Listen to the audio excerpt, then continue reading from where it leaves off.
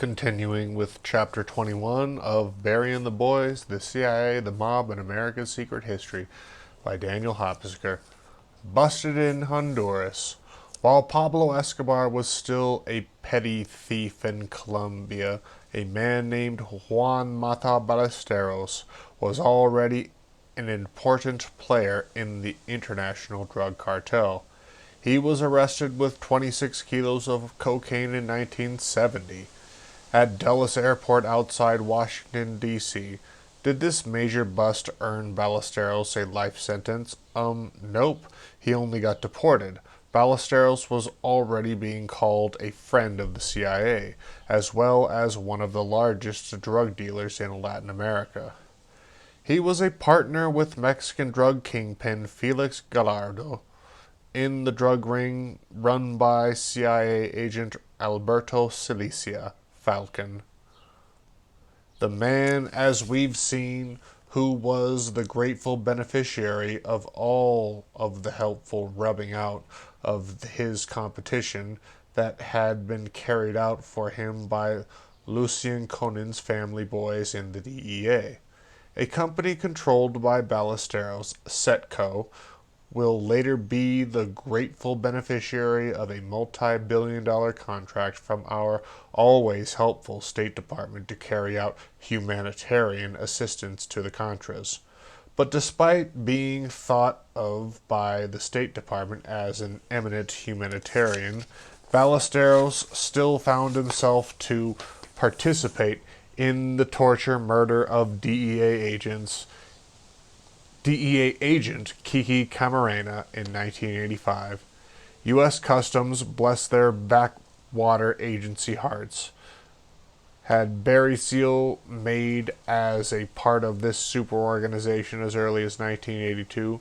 Exuberant, infectiously confident, and a total adrenaline junkie, Barry Seal seemed to enjoy adventure as much as making money, probably more. He was an effective organizer and immensely resourceful under pressure, but just as these skills were really beginning to pay off big for him, he and his wife Debbie purchased their first luxury home together in an exclusive Baton Rouge suburb in 1978. Something went very wrong. While flying back from Ecuador with a load of cocaine, Seal was arrested in Honduras on December 10, 1979, and when we began to take a look at Honduras, we discovered that if you're interested in American political life at the dawn of the 21st century, a good place to start is Honduras. Honduras is where a lot of bodies are buried, in still shallow graves. Just before Barry's arrest, Honduras had a coup, leading to the overthrow of Honduran President Juan Alberto Milgar. Ushered into power was General Paz Garcia. The key financier behind the coup was Mata Ballesteros, which could be viewed as comic opera, except for its serio-tragic consequences. What happened was that a huge drug scandal had broken while Milgar was in the U.S. for medical treatment. A hapless lieutenant chief of the Honduran branch of Interpol had declared that he had given Pats documented proof of the involvement of high Honduran military officers in the international cocaine traffic. Big mistake-o. General Pats had him arrested for slander, but said that of course, he was ordering an investigation of the allegations. Meanwhile, the newspaper Tiempo ran a series linking top Honduran officers to a rash of kidnappings and killings connected with the cocaine trade. One article, an interview with a fugitive suspect in the kidnap murder of a couple involved in drug trafficking, fingered Ballesteros, that wonderful friend of the CIA. For this bit of impudence, the newspaper's cartoonist was arrested. Adding insult to injury, another newspaper, La Prensa, reported that General Paz co-owned land outside Tegucigalpa, Tegucigalpa with Ballesteros, chief of the local mafia organization. The accumulation of these scandals and embarrassments brought down the government of Melgar, who, preparing to run for the presidency in the 1980 elections, had begun distributing copies of campaign ditty called "The Ballad of President Melgar," praising himself in song. "Let me tell you about a friend who knows how to govern this land. He's a help to the poor peasants, though a general so fine and grand. Lovers of music in Honduras might have heaved a sigh of relief when Melgar was overthrown. Under the new regime, Honduran army intelligence began to get a bigger cut of the grateful Ballesteros drug trafficking in exchange for protecting his operations. Honduras soon became the major point of transit for cocaine and marijuana coming north from Colombia. At the seat of power sat Leonidas Torres Arias, the head of Honduran military intelligence, who, according to U.S. Senate investigation, begun getting cocaine money kickbacks from the generous Ballesteros right after the 1978 coup. What we heard later was Barry had just paid off the wrong people, his widow told us. Deborah Seal, nee Du Bois, is from the tiny town of Gonzales, Louisiana, 40 miles outside of New Orleans, whose main claim to fame, aside from the doe-eyed homecoming princess described in The Secret Life of Bill Clinton as a ravishing country girl, is as the jambalaya capital of the world. She was 20, working the cash register at a plantation chicken outlet just outside of town, when she met the dashing airline captain Seal. Then, going through his explosive trial, Sneal was smitten, held her hand for a second too long when she gave him his change, and returned to woo her for an entire year before she consented to go out with the much older, he was 33, man. Seal was not yet cutting the larger than life figure in the narco culture of the Deep South that he would later when he wooed Debbie, but he was a 747 pilot who knew the world, which offers its own dashing romanticism, even if he was in trouble with the law. What finally made me go out with him was when he called on Thanksgiving Day a year after I met him, she recalls. He asked if he could take my family for an airplane ride that afternoon. That seemed safe. Besides, I had never been in an airplane before.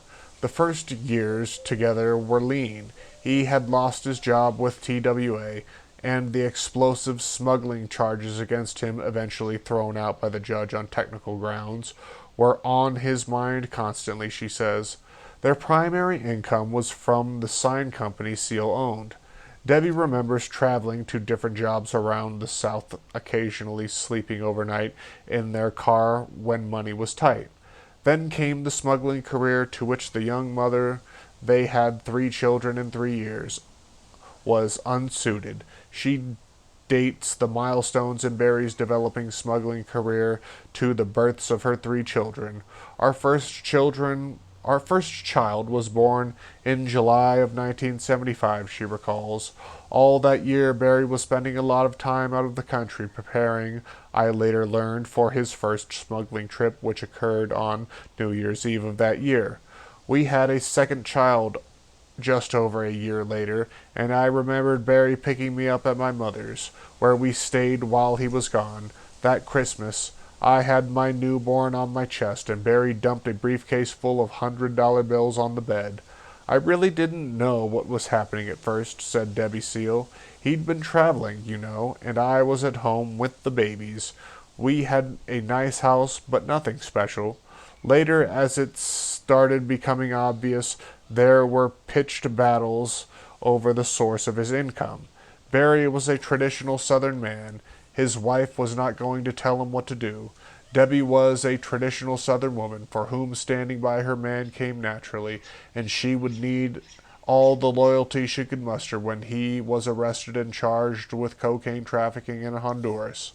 I got a phone call, she says, explaining how she learned that her husband had been arrested from a man who owned a hotel in La Cibia that Barry used to stay at, saying that Barry was in trouble. Then Barry called and said he was caught with an automatic weapon on board while refueling in Honduras. He said he would be detained a few days. For the next 4 or 5 months, he'd call and say tomorrow he'd be home. He wouldn't. He would spend 9 long, agonizing months in a Honduran prison. I had 3 kids, 6 months old, 2 and 3. I was terrified, says Debbie, though the IRS would be though the IRS would hold her hostage after her husband's murder under threat of a $29 million property assessment. About most aspects of her husband's business, she was just exactly what the IRS eventually declared her to be, an innocent spouse. In other words, the perfect CIA wife. At times, Barry made cryptic comments about his work for the company without telling me outright whether he worked for the CIA, she says. He would spin yarns about the Bay of Pigs and talk about his time in Special Forces, but I never knew whether to believe him or not. I always had the sense that he was working for the government, but I don't have anything on paper to prove it, and I don't suppose I ever will. When Seal was busted in Honduras, Tegucigalpa newspaper were full of stories about the big-time gringos arrested. A Honduran citizen who worked for Seal during the 80s, Dan McDaniel, provided us with a rough translation. The North American Barry was captured last night on the Bay Islands by national investigators. A briefcase containing 40 kilos of cocaine was delivered to an American residing in the Bay Islands by 2 foreigner captors. Oh dear. A briefcase containing 40 kilos of cocaine was delivered to an American residing in the Bay Island by 2 foreigners captured Wednesday by narcotic agents at the La Cibia airport. Sources say Elder Berryman Seal was carrying a cargo of cocaine. They accused him of being the true responsible trafficker of drugs. Colombia nationalized Honduran Stephen Barnon was also captured at the airport in the Piper that came from Ecuador, the newspaper continued. An airplane was confiscated, a .45 caliber rifle, and a 56mm AR-180. The following day, Seal, was transferred to La Cibia, along with the American who was a nationalized Colombian Stephen Barnon.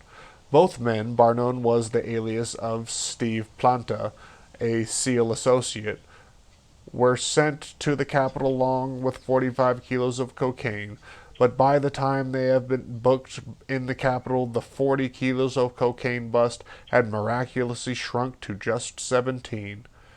$25 million worth of cocaine was confiscated on the island, the paper reported. The witness against the trafficker captured yesterday in La Cibia was presented yesterday in Tegucigalpa before the public relations office of the security forces. Lieber, a Moroccan, having in possession 17 kilos of cocaine valued at $25 million. The drugs were confiscated from Lieber's 2 days before the narcotics police of the island. It was established that it contained 17 packets. Some happy Honduran general must have smiled when he read the reference to the 17 packets. Maybe he patted a suitcase into which he'd packed the other 23. Perhaps...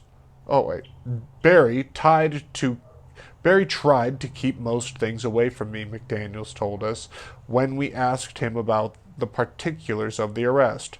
And although I didn't meet him until after his release, he later told me that he had simply paid off the wrong people. At that time, Barry did not know General Alvarez or Montoya, the generals that got into politics in the late 70s, while stopping to refuel in Honduras on his way back from Ecuador, where he had picked up the 40 kilos of cocaine.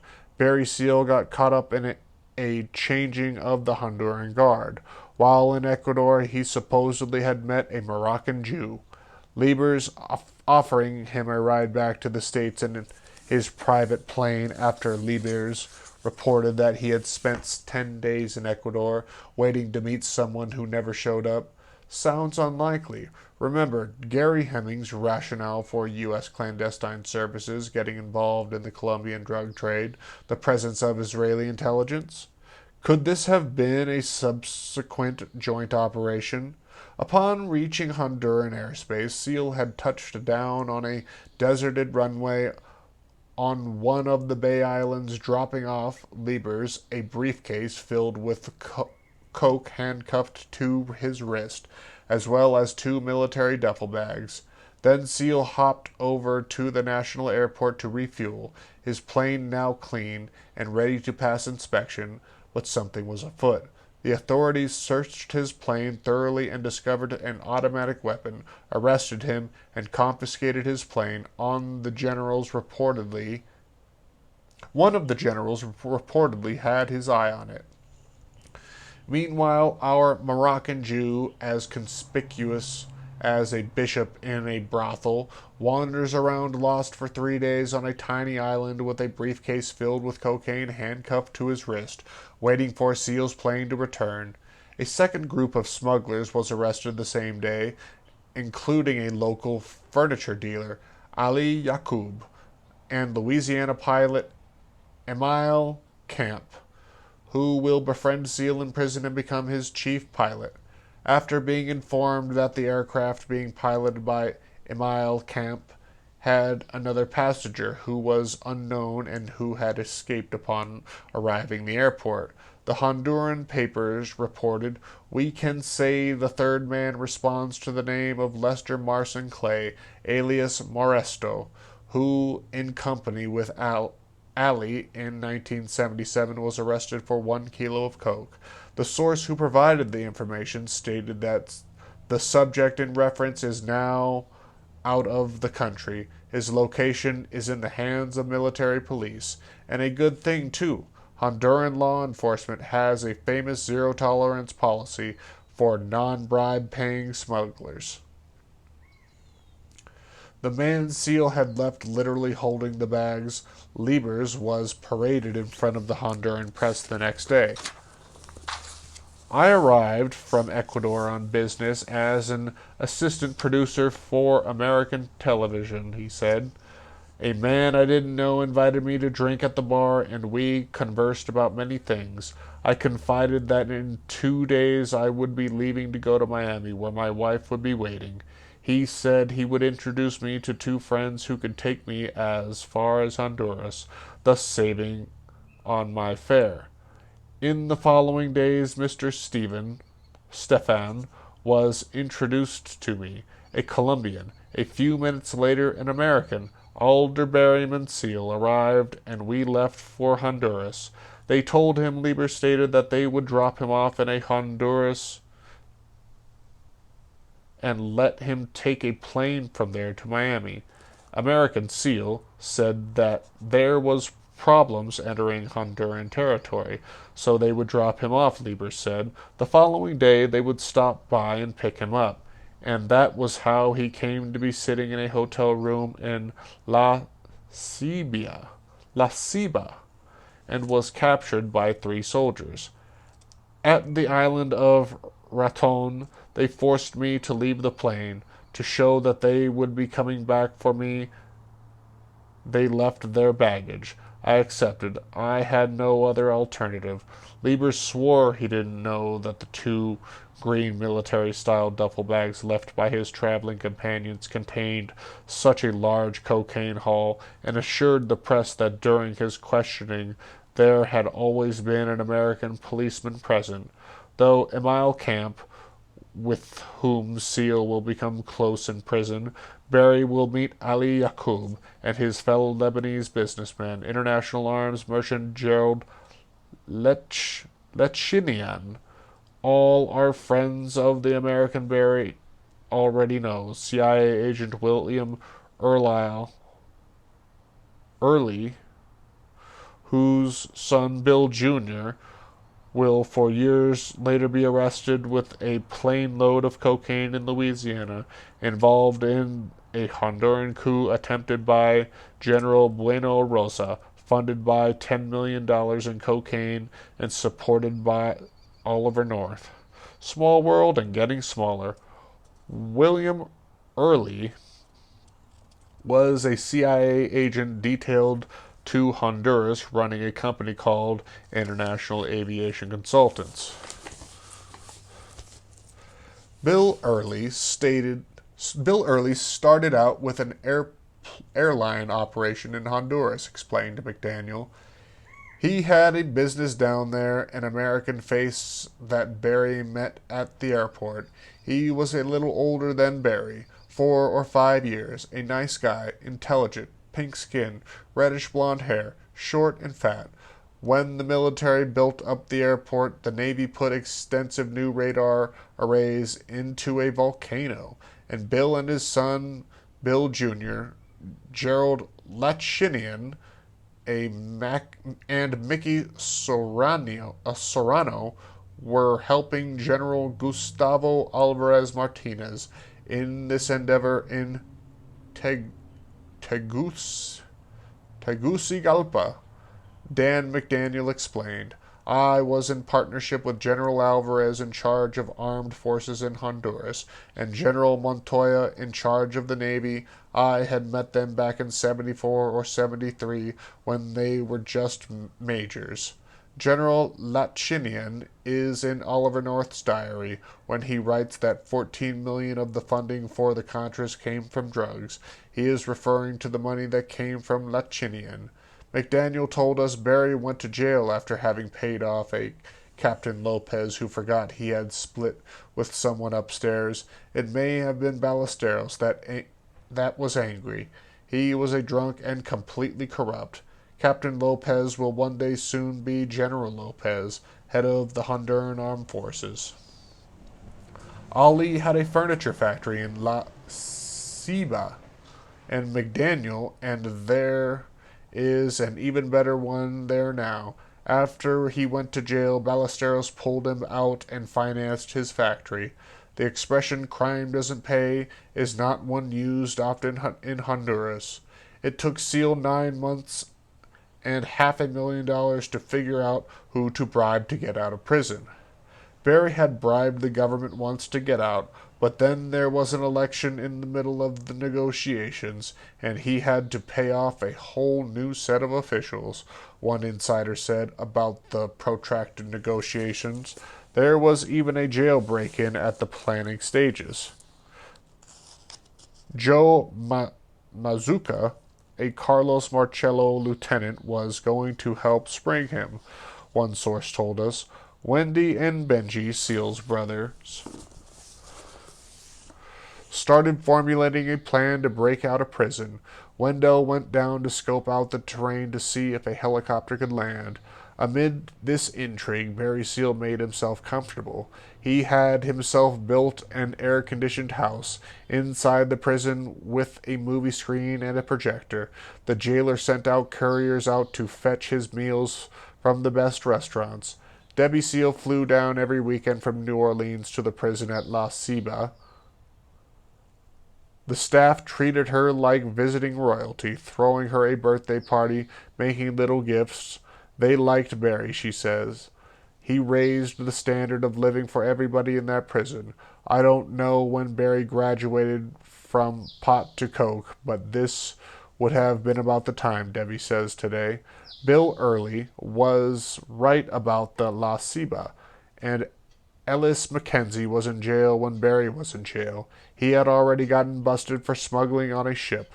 He was a ship captain, arrested with a man named Ali Yaqub. Yaqub was Ellie's boss, a short Spanish businessman, despite his name. Ellis Mackenzie, a notorious hulking 6 foot, 280-pound black Honduran with a violent streak, will later go to work with Barry Seal and his ship captain in a successful seaborne smuggling operation. In one of the true ironies of history, when Barry Seal flew his CIA-sponsored drug sting operation on the Nicaraguan Sandinistas, the true registered owner of the C-123 military cargo plane, which he piloted on that mission, was a black Honduran drug smuggler from Honduras Bay Islands, Ellis Mackenzie. We've got the FAA title records to prove it. The question arises, when did the CIA begin registering American military warplanes under the names of scummy pirates of the Caribbean? Despite the creature's comforts, Barry Seal constructed in the little prison, there was a very frightening aspect to being incarcerated in a foreign land, as well as a residual distance and sadness that appears to have never subsequently left their life together. I'll never forget the first time I visited him, Debbie says. I'm coming to the guard desk. There was a woman guard getting ready to start patting me down, and beyond her a stairway. I could see a guard coming down the steps. Then I spotted Barry's face, red and frantic. Behind the guard gate, she continued, he was yelling to the guard, speaking Spanish, telling the lady not to search me, that he had arranged that I would not have to be frisked. They led me to Barry. He's standing at the gate, and they unlocked the gate, and we just fell into each other's arms. He was all fresh, still moist from the shower. He took me to a little room they had where their wives could spend the night, a room where they used to hang bananas to dry. He continued, and I'll never forget there, in that little room with the bananas hanging in it, Barry looked at me and said, I'm still a man, meaning that he was still the man I'd married. The room had a cot in it with little candles, and out the window you could see a bar across the street, and we laid there all night listening to American country and Western music. Charlie Pride, I think, drifting in from the bar, and I kept wondering if the kids were all right the whole time, our 3 children that I had left with my mother for the weekend, all under the age of 3, says Debbie Seal, a sad note creeping in. They were just babies. And that's it for today.